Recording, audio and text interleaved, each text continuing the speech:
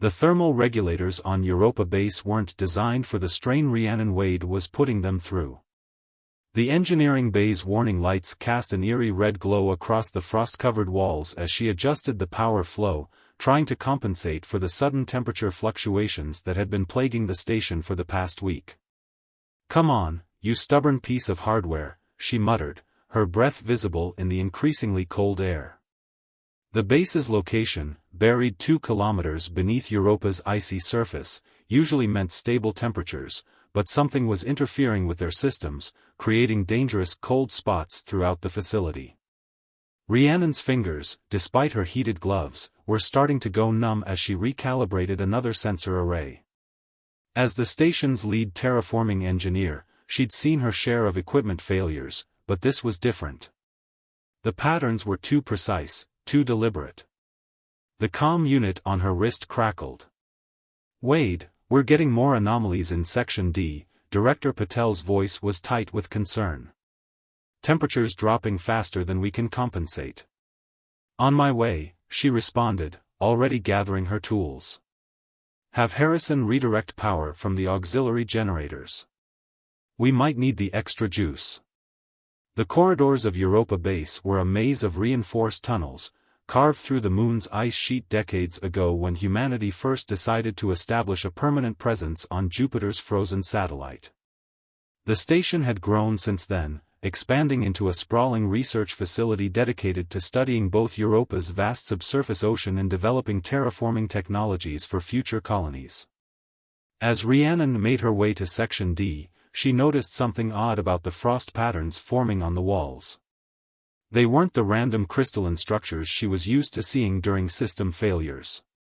These formations seemed to spiral out from specific points, creating intricate geometric patterns that almost seemed to pulse with a faint, bluish light. She stopped to take a reading with her scanner. The energy signature was like nothing she'd ever seen before. It reminded her of the bioluminescent organisms they sometimes found in samples from Europa's ocean, but far more complex. A sound echoed through the corridor, something between a crystal chime and a child's whimper. Rhiannon froze. Europa base had strict protocols about unknown biological entities. After the disaster on Enceladus, no one took chances with alien life forms. But that sound, it tugged at something deep in her chest. "Director," she called into her comm, "I'm picking up some unusual readings in Junction 47. Going to check it out?" "Negative, Wade. Stay on course for Section D. We can't afford." The rest of his warning was lost in a burst of static as Rhiannon's comm unit died. All her equipment went dark at once, but the bluish glow from the frost patterns intensified. The temperature dropped sharply, and she could feel ice crystals forming on her eyelashes. The sound came again, clearer this time, definitely a cry for help. Rhiannon pulled an emergency light stick from her belt, cracked it, and followed the increasingly elaborate frost patterns down a maintenance tunnel. The cold was becoming intense, far beyond what her thermal suit was designed to handle. She found it huddled in a corner where 2 maintenance shafts intersected. At first glance, it looked like a child made of living ice, no more than 8 or 9 in human years. Its translucent skin seemed to flow like glacier melt, and patterns of light danced beneath its surface. Where its eyes should have been, there were swirling vortexes of blue-white energy. The creature was clearly injured. Dark patches in its crystalline form pulsed with a sickly purple light, and parts of its structure seemed to be breaking down, dissolving into a fine, glittering mist. Rhiannon knew she should call it in. Every protocol, every lesson learned from humanity's previous encounters with alien life said to quarantine and report. But the creature looked up at her with those swirling vortex eyes, and she saw something she recognized: fear. "Hey there, little one," she said softly, crouching down to its level. "I'm Rhiannon. Are you hurt?" The creature's response was a series of musical tones that made the frost patterns around them dance and shift. It tried to move away from her but stumbled, its form becoming less stable. That's when Rhiannon's scanner suddenly came back to life, screaming warnings about multiple approaching energy signatures. The creature's musical tones became more urgent, tinged with panic. "Someone's after you, aren't they?" Rhiannon asked, already shrugging off her outer thermal jacket. The creature nodded, a surprisingly human gesture, and tried to stand again. "Okay, change of plans," she said, wrapping her jacket around the small alien. "Let's get you somewhere safe, and then we can figure this out." She scooped up the creature, surprised by how light it was, like holding a piece of hollow ice. As she turned to head for the secure labs in Section C, her scanner picked up movement at both ends of the corridor. The temperature dropped even further, and new frost patterns began forming, these ones sharp and aggressive, like frozen lightning bolts. Rhiannon looked down at the injured alien child in her arms, then at her dead comm unit, and managed a small smile. "Well, little one, looks like we're about to break every first contact protocol in the book. Hope you're ready for a crash course in human ingenuity." In the depths of Europa Base, the pursuit began. Rhiannon's mind raced through her mental map of the station's layout as she carried the crystalline child through maintenance tunnels rarely used by anyone but engineering staff. The creature in her arms had stopped shivering, but its form still flickered unstably, like a candle in a draft. "Director Patel's going to have my head for this," she muttered, pausing at an intersection to check her scanner.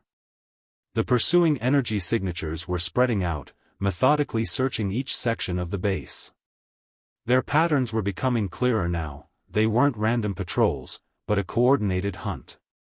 The alien child made a soft, chiming sound that seemed to resonate with the ice around them.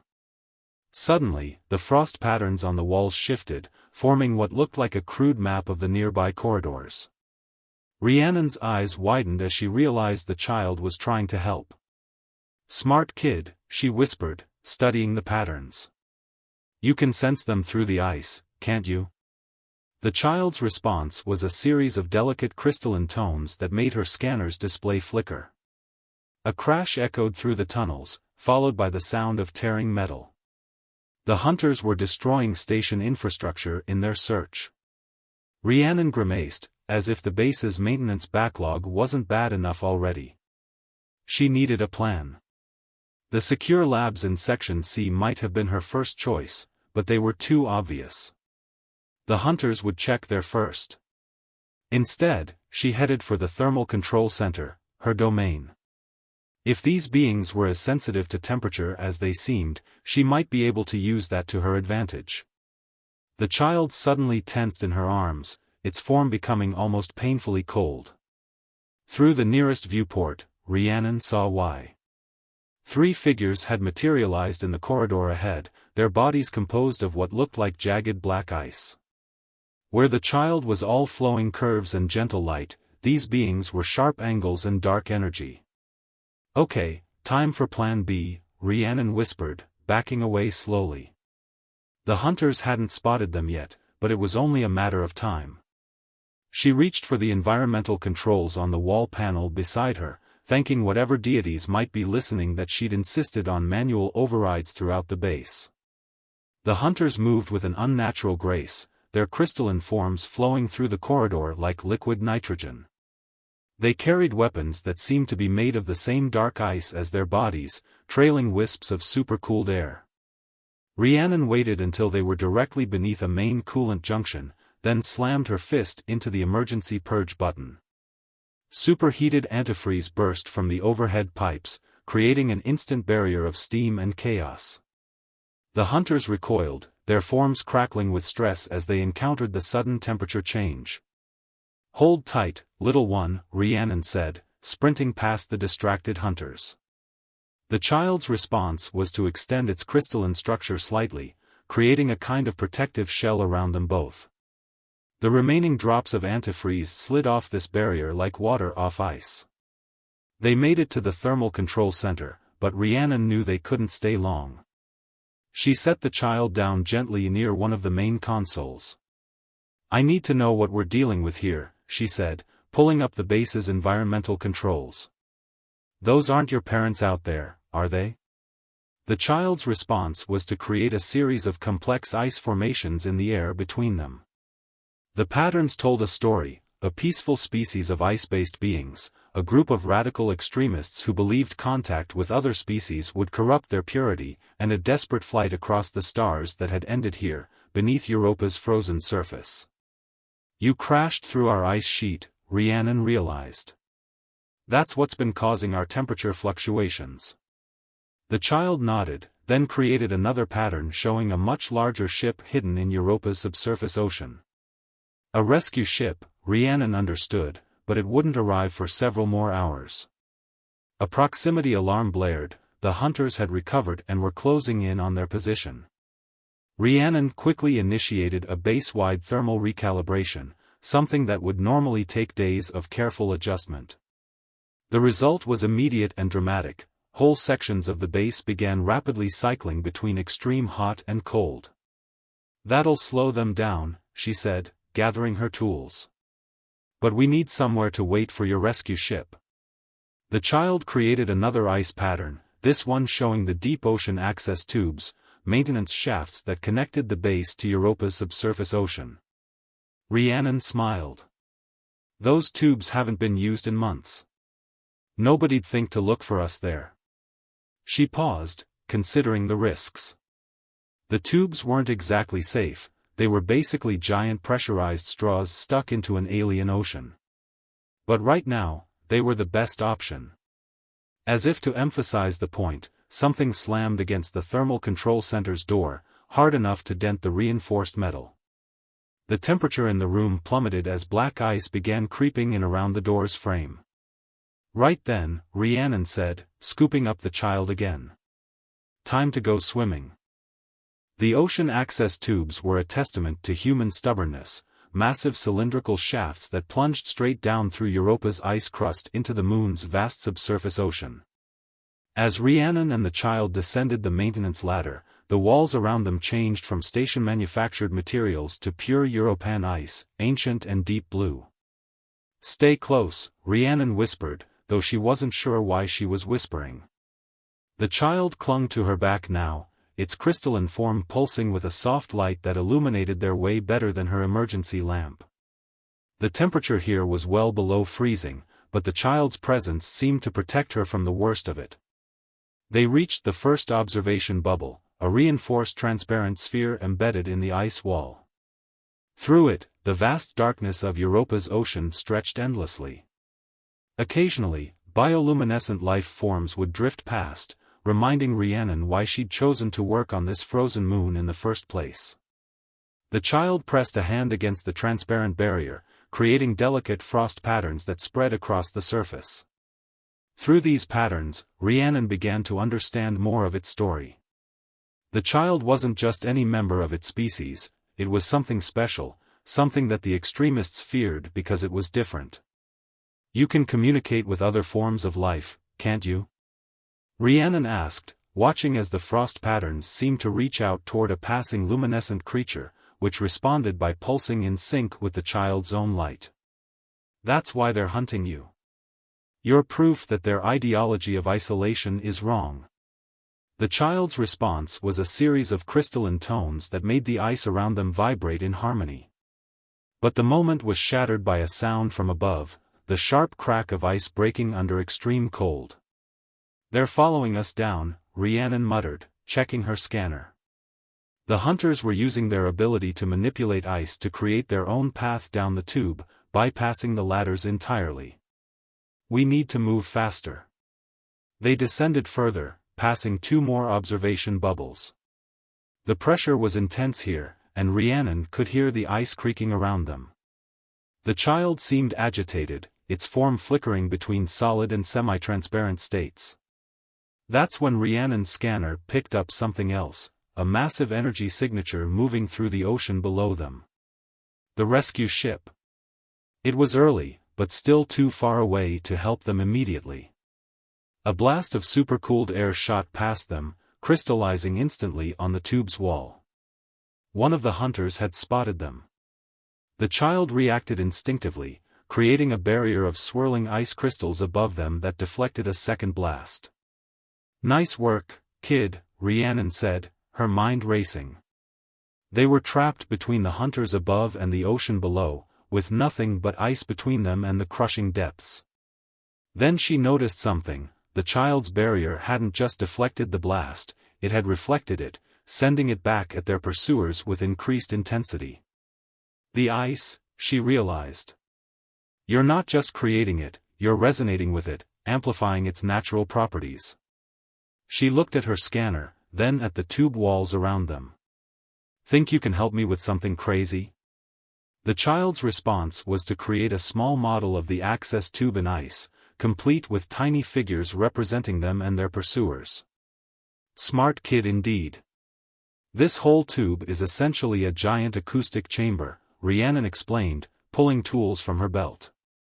If we can match the resonant frequency of the ice exactly. She attached a sonic projector to the tube wall, normally used for detecting structural weaknesses. The child seemed to understand immediately, placing its hands on either side of the device. Above them, the hunters were getting closer, their dark forms distorting the ice as they descended. Rhiannon activated the projector, and the child began to sing. There was no other word for it. The sound was like crystal wind chimes in a storm, building in intensity as it echoed through the tube. The ice around them began to vibrate, then pulse with light. The child's song grew more complex, harmonizing with the natural frequencies of Europa's crust. Rhiannon watched in awe as patterns of light and energy began flowing through the ice like circuits in a massive computer. You're not just communicating, she breathed, finally understanding. You're awakening something that was already here. The child nodded, its song reaching a crescendo. The hunters stopped their descent, seeming to realize too late what was happening. The ice itself was coming alive, responding to frequencies that had lain dormant for millions of years. Rhiannon's scanner was going crazy, picking up energy signatures throughout the entire region of Europa's crust. They weren't just dealing with a gifted child, they were witnessing the activation of something far more ancient and powerful. This was what the extremists had feared. Not just contact with other species, but the revelation that their own world, their own ice, had been in contact with other forms of life since before their civilization began. The hunters retreated upward, but the awakened ice followed them, flowing like liquid crystal. The child's song changed tone, becoming almost mournful, and Rhiannon understood it wasn't attacking them, it was trying to show them the truth they had denied for so long. I guess sometimes, Rhiannon said softly, watching the light show unfold around them, protecting a child means protecting their ability to change the world. The awakened ice continued to spread, transforming the access tube into a cathedral of living crystal. Rhiannon's scanner showed the energy patterns extending throughout Europa's crust, awakening similar structures that had laid dormant for millennia. But they weren't the only ones affected by the change. The hunters' forms began to shift, their sharp, dark crystalline structures softening as they came into contact with the ancient resonance. One of them, seemingly the leader, reached out to touch the transformed ice wall. The contact sent ripples of light through their form, and for the first time, they made a sound, not threatening, but confused, almost wondering. The child's song gentled, becoming more like a lullaby than a declaration. Through the frost patterns, Rhiannon saw images of the hunter's civilization, not always isolated and fearful, but once open to the stars, in harmony with the living ice that surrounded them. The child wasn't just showing them what they'd forgotten, it was reminding them of who they used to be. They're remembering, Rhiannon whispered, watching as the hunter's dark ice began to take on hints of color, echoing the bioluminescence of Europa's ocean life. But the moment of revelation was interrupted by a violent shudder that ran through the entire structure. Warning alerts flashed across Rhiannon's scanner. The resonance is destabilizing the access tube, she realized with growing alarm. The pressure differential. She didn't need to finish. The child's expression showed it understood, the very awakening that was transforming their pursuers was also threatening to destroy their shelter. The hunters, their forms now shifting between darkness and light, seemed torn between their instinct to pursue and their new awareness. The leader made a decision, extending their crystalline structure toward the child in what appeared to be an attempt at communication.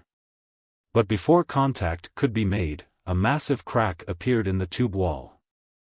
The ancient ice was powerful, but the human-made structure couldn't handle its transformation. Water began to spray through multiple fractures, instantly freezing into deadly spikes. "We need to seal it," Rhiannon shouted over the growing chaos.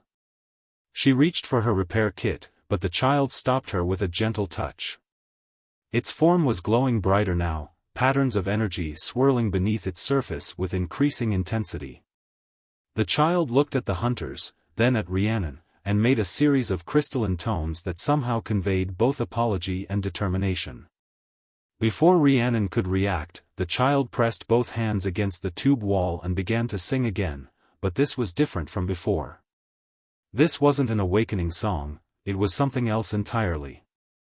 The hunters recognized it first.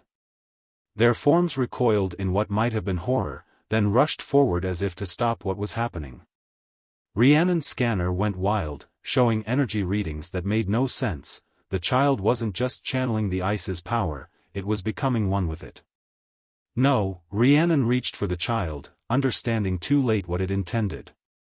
There has to be another way. But the child's form was already beginning to dissolve, spreading into the ice like morning frost melting in sunlight. Its consciousness, its essence, was expanding through the crystalline structure, becoming the very thing that would save them. The hunters' movements became desperate, no longer trying to capture but to preserve, to prevent what they now understood would be an irreversible sacrifice.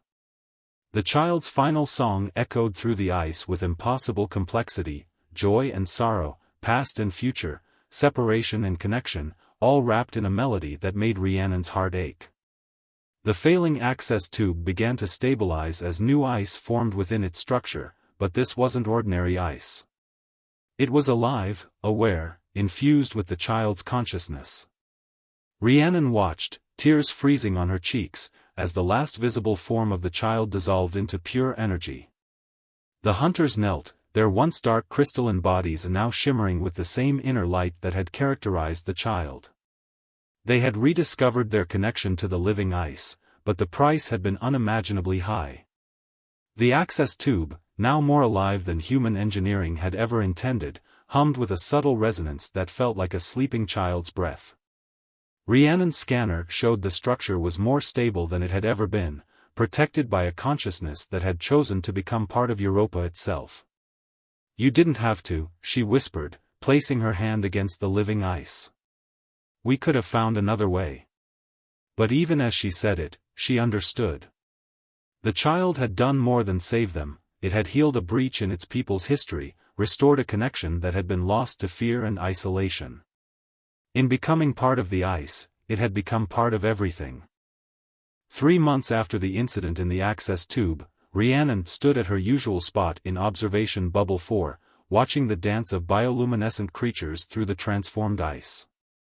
The station had changed since that day, not just physically, with its new crystalline reinforcements, but in its very purpose. She pressed her hand against the transparent barrier, feeling the now familiar resonance. The ice responded immediately, creating delicate patterns that sparkled with inner light. Since the child's transformation, the entire moon seemed more alive, more aware. The science team was still trying to understand how a single consciousness could have spread throughout Europa's entire ice sheet, but Rhiannon knew some things were beyond conventional measurement. The hunters had become teachers, their dark crystalline forms now shimmering with the same luminescence as the living ice. They worked with both their own people and the humans, helping them understand the ancient connections that had always existed beneath Europa's surface. Their rescue ship had arrived to find not a battlefield, but a revolution in understanding. "The resonance patterns are stronger today," Dr. Lakshmi said, joining Rhiannon at the viewport. The xenobiologist had transferred to Europa base specifically to study the new phenomena. "The ice seems to respond more strongly to you than anyone else." Rhiannon nodded, watching as complex equations and star charts formed in the frost, the child's way of continuing to teach, to share knowledge. "It remembers," she said simply. Sometimes in quiet moments, she could still hear echoes of that final song, a melody that spoke of sacrifice and transformation, of endings that were really beginnings. The station's new crystal hybrid systems, developed through collaboration between human engineers and the ice beings, had made Europa Base more efficient than anyone had thought possible. But more importantly, they had created a bridge between two species that might otherwise have remained forever separate. The Council wants to establish more bases, Lakshmi continued, making notes on her tablet. They're talking about a permanent joint settlement, human and crystalline inhabitants working together to study the ocean. Rhiannon smiled, remembering the child's first attempts to communicate through frost patterns. That's what it wanted all along, to show us we weren't as different as we thought. She turned away from the viewport to face the approaching group of visitors. 3 crystalline forms, accompanied by human diplomats, glided into the observation area. Unlike the hunters they had once been, their structures now flowed with graceful curves and pulses of colored light. The leader, the same one who had first reached out in understanding during the crisis, extended a tendril of living ice toward the barrier. The response was immediate, patterns of light rippling through the station's ice like welcome waves. The crystalline beings resonated in harmony, their forms briefly taking on the same frequency that had characterized the child.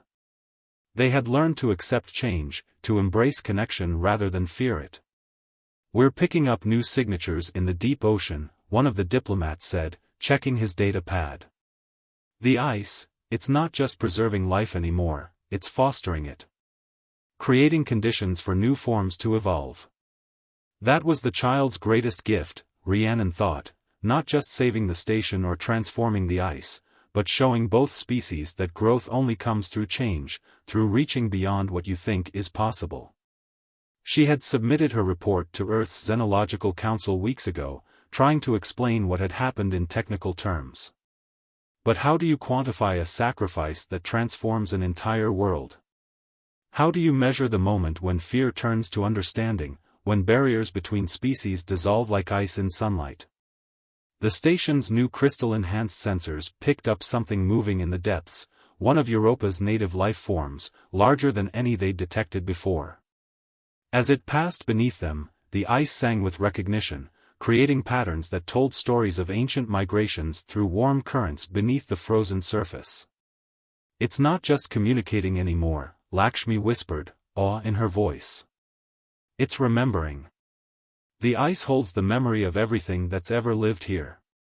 "Not just memories," Rhiannon corrected gently, watching as new patterns formed in the frost, showing possible futures, paths of evolution and growth that stretched far beyond their current understanding. "It's showing us possibilities." The crystalline beings moved closer to the viewport, their forms synchronizing with the station's hybrid systems. Together, they created a display of such beauty and complexity that even the veteran diplomats fell silent. In the patterns of light and ice, Rhiannon saw star maps, planetary systems, and something more, a future where the boundaries between species were less important than what they could achieve together. She thought of the child, not gone but transformed, its consciousness now part of every ice crystal on Europa. In saving them all, it had created something entirely new, not quite human, not quite crystalline, but a bridge between worlds. "Sometimes the bravest thing," she said softly, watching the light show reflect off the visiting diplomats' amazed faces, "isn't standing your ground, but being willing to become something new." The ice hummed in response, a sound like distant wind chimes that carried with it the echo of a child's laugh. Above them, Europa's vast ice sheet continued its ancient dance around Jupiter, no longer just a frozen moon, but a living testament to the power of transformation, protection, and the courage to reach across the stars and say, "We are here. We are alive. And we have so much to learn from each other."